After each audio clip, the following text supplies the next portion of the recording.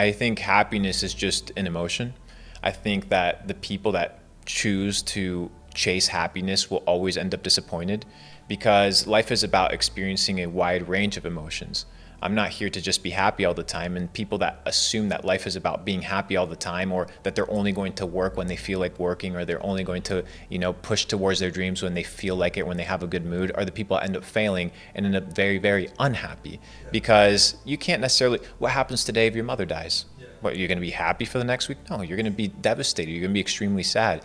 You can't be pursuing happiness. What you need to be pursuing is the best version of yourself. And the best version of yourself is a person that pursues experiences in a wide range of emotions, which is everything that life has to offer.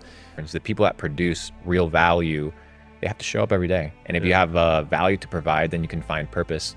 And purpose and hope is the things that once you makes you want to wake up in the morning and actually achieve something. Just because you're not good at something doesn't mean you can't be good at something.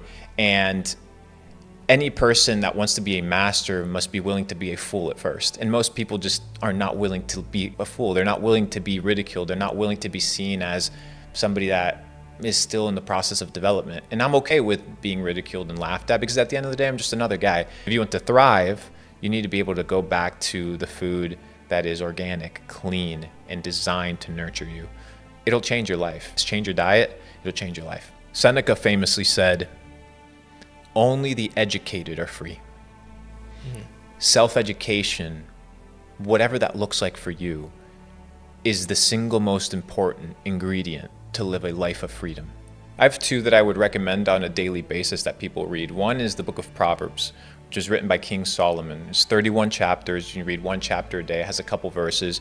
And they're fundamental truths and values and wisdom that applies to anybody regardless of religion, race, whether you're an atheist, agnostic, believer in God, believer in Jesus Christ, Muhammad, the Buddha. It doesn't really make a difference. It's fundamentally sound wisdom, and it's very short. The second one is a book by an ancient samurai known as Miyamoto Musashi. He wrote a book by the name of The Five Rings, and he wrote it in a cave a couple weeks before he died, where he expresses the art of war and the art of being a samurai, but he does it in a very poetic way that translates into simple values. One of them, I tweeted about it today, says the journey of 1,000 miles begins with the first step. Yeah. That's where it comes from. And that quote basically is the concept of, if you want to go far, you need to be able to get started. And it's that initial step, and it's that second step and third step that when you look back, when it's all said and done, you've been able to walk a course of miles that, had you not taken that first step, would have never taken place.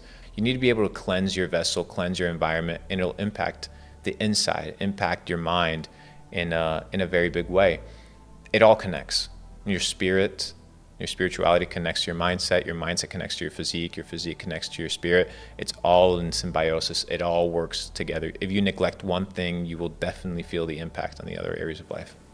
Leonardo da Vinci was this crazy guy that studied he has this quote that says, "To develop a complete mind, study the science of art. Study the art of science. Learn how to see. Realize that everything connects to everything else." Because everybody has their unique talents and skills and abilities, but you need to be able to identify what these are and understand how far can you take it? How far can you push the limits?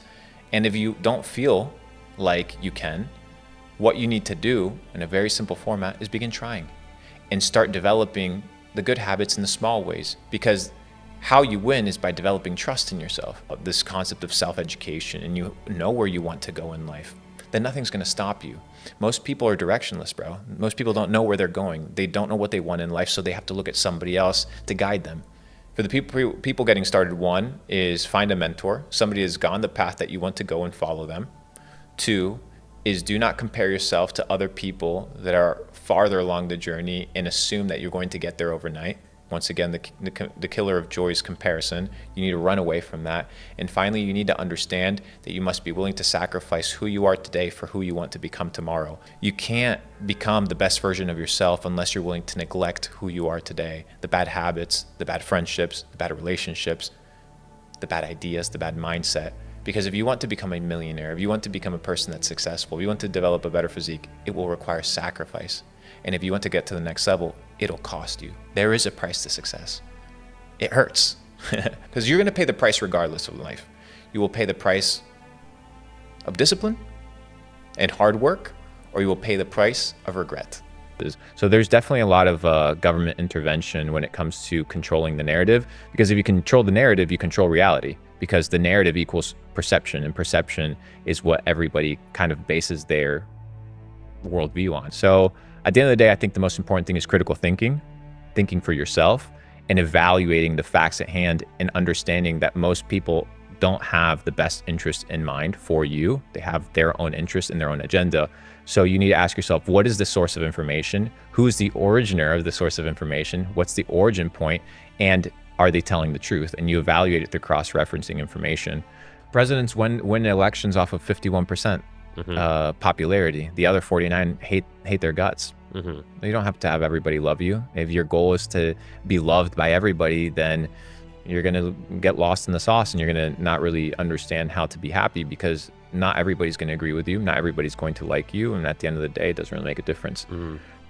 Over the last 4 years, the US dollar has lost 20% of its purchasing power. Purchasing power means your ability to buy a good, a service at a certain given price.